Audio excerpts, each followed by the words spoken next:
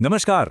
चलिए आज बात करते हैं एक ऐसी चीज की जिसे हम सब लगभग रोज इस्तेमाल करते हैं पर शायद ही कभी इसके बारे में सोचते हैं और वो है बैंकिंग। ये अनाज के ढेर से शुरू होकर हमारे फोन में यूपीआई तक कैसे पहुंची। चलिए इस कमाल के सफर पे चलते हैं। तो पहला सवाल यही उठता है कि ये आखिर आए कहाँ से? इसका जवाब ना शायद थोड़ा चौंकाने वाला है, क्योंकि इसकी कहानी हमारी सोच से कहीं ज्यादा पुरानी और सीधी साधी है। और पता है सबसे दिलचस्प बात क्या है?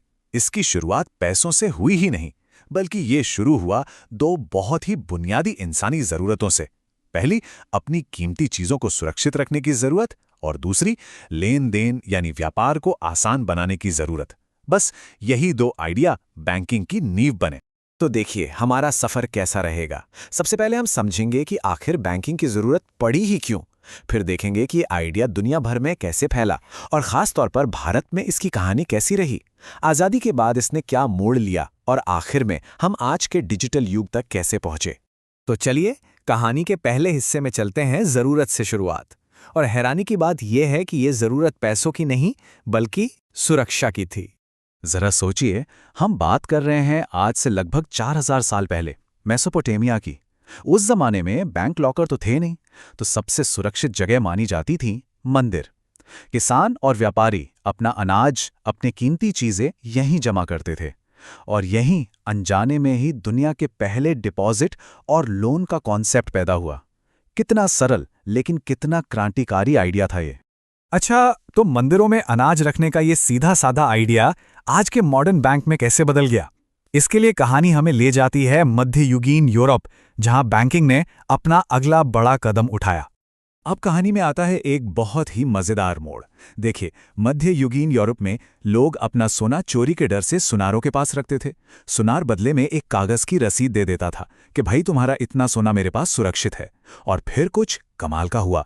लोगों ने बार बार सोना निकालने के बजाय सीधे उन्हीं रसीदों से खरीद बिक्री शुरू कर दी। मतलब कागज का वो छोटा सा टुकड़ा ही दुनिया का पहला बैंक नोट बन गया। अब ये रसीदों वाला सिस्टम चल तो रहा था, पर यह थोड़ा बिखरा हुआ था।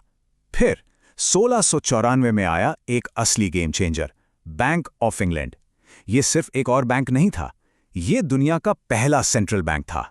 मतलब एक ऐसी संस्था जिसे सरकार का सपोर्ट था और जिसका काम था पूरे देश के फाइनेंशियल सिस्टम को संभालना। इसने बैंकिंग को व्यक्तिगत भरोसे से निकालकर एक राष्ट्रीय व्यवस्था में बदल दिया। तो जब यूरोप में यह सब चल रहा था, उस वक्त भारत में बैंकिंग की अपनी एक अलग और उतनी ही रोमांचक कहानी लिखी जा रही थी। तो चलिए अब वापस अपनी जमीन पर आते हैं। देखिए, भारत में मॉडर्न बैंकिंग की कहानी 1770 में बैंक ऑफ हिंदुस्तान से शुरू होती है। फिर 1921 में बड़े प्रेसिडेंसी बैंक मिलकर इंपीरियल बैंक ऑफ इंडिया बनाते हैं। पर असली मोड़ आता है 1935 में आरबीआई के बनने से, जो आज़ादी के बाद 1949 में हमारा अपना सेंट्रल बैंक बनता है। और फिर 1969 का वो बड़ा फैसला, 14 बड़े बैंकों का राष्ट्रीयकरण। ये अपने आप में एक पूरी यात्रा है। जी हाँ, भारत में मॉडर्न बैंकिंग की पहली ईंट 1770 में रखी गई थी, बैंक ऑफ हिंदुस्तान के साथ। हालांकि ये बैंक बहुत लंबा नहीं चला, पर इसने एक नए दौर की शुरुआत तो कर ही दी थी। एक ऐसा बीज बो दिया था जो आगे चलकर भारत की पूरी अर्थव्यवस्था को बदलने वाला था। 1947 में भारत आज़ाद हुआ, और इस आज़ादी के साथ बैंकिंग का मतलब ही बदल गया। अब यह सिर्फ मुनाफे का खेल नहीं था, बल्कि देश को बनाने का, राष्ट्र निर्माण का एक बहुत बड़ा औजार था। और इस नए भारत के फाइनेंशियल सिस्टम का दिल बना हमारा अपना भारतीय रिजर्व बैंक यानी आरबीआई। 1949 में इसका राष्ट्रीयकरण हुआ और इसे बहुत बड़ी जिम्मेदारी दी गई। ये इस पूरे सिस्टम का गार्जियन होगा, नोट छापने से लेकर सभी बैंकों पर नजर रखने तक और देश की अर्थव्यवस्था को सही दिशा देने तक सब कुछ आरबीआई के हाथों में आ गया। और फिर आया वो साल जिसने भारतीय बैंकिंग का चेहरा हमेशा के लिए बदल दिया। 1969 में सरकार ने देश के 14 सबसे बड़े कमर्शियल बैंकों का राष्ट्रीयकरण कर दिया। लेकिन सवाल है कि ऐसा किया क्यों गया?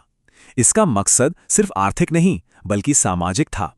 लक्ष्य ये था कि बैंकिंग को सिर्फ शहरों और अमीर लोगों की तिजोरियों से निकालकर देश के आखिरी आदमी तक पहुंचाया जाए, गांव तक, किसान तक, ताकि हर कोई देश की तरक्की में भागीदार बन सके। और अब हम आते हैं इस कहानी के सबसे क्रांतिकारी हिस्से पर, वो डिजिटल लहर जिसने बैंक को ब्रांच की चारदीवारी से निकालकर सचमुच हमारी सबकी जेब में डाल दिया। इस डिजिटल क्रांति की जमीन तैयार की 1991 के आर्थिक सुधारों ने। जब प्राइवेट और विदेशी बैंकों के लिए दरवाजे खुले तो बाजार में कंपटीशन बढ़ गया, और जब कंपटीशन बढ़ता है तो नई तकनीक और बेहतर सर्विस का दौर शुरू होता है, जिसका सीधा फायदा ग्राहक को मिलता है। और इसी कंपटीशन का नतीजा है वो टेक्नोलॉजी जो आज हमारी उंगलियों पर है, यूपीआई, जिसकी आज पूरी दुनिया तारीफ करती है। मोबाइल बैंकिंग, नेट बैंकिंग, इन सब ने मिलकर पैसे के साथ हमारे रिश्ते को ही पूरी तरह से बदल दिया है। तो आज का भारतीय बैंकिंग सिस्टम कैसा दिखता है? इसमें बड़े कॉमर्शियल बैंक हैं, सरकारी भी, प्राइवेट भी और विदेशी भी। फिर हैं सहकारी और ग्रामीण बैंक जो छोटे शहरों और गांवों तक बैंकिंग पहुंचाते हैं। और इन सब के ऊपर बैठा है आरबीआई, जो एक ऑर्केस्ट्रा कंडक्टर की तरह ये पक्का करता है कि पूरा सिस्टम एक सुर में काम करे। तो ये एक लाइन हमारे पूरे सफर का निचोड़ है। बैंकिंग की शुरुआत सुरक्षा और व्यापार की जरूरत से हुई, और आज ये एक डिजिटल और ग्लोबल सिस्टम बन चुकी है। सोचिए, मंदिरों में रखे अनाज से लेकर एक ग्लोबल डिजिटल नेटवर्क तक।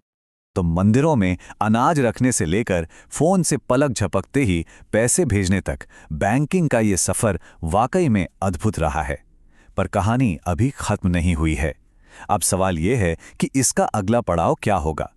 क्या बैंक पूरी तरह से एआई चलाएंगे, या हमारी सारी लेन देन ब्लॉकचेन पर होगी? कौन जानता है, शायद 20 साल बाद बैंकिंग कुछ ऐसी दिखे जिसकी आज हम कल्पना भी नहीं कर सकते।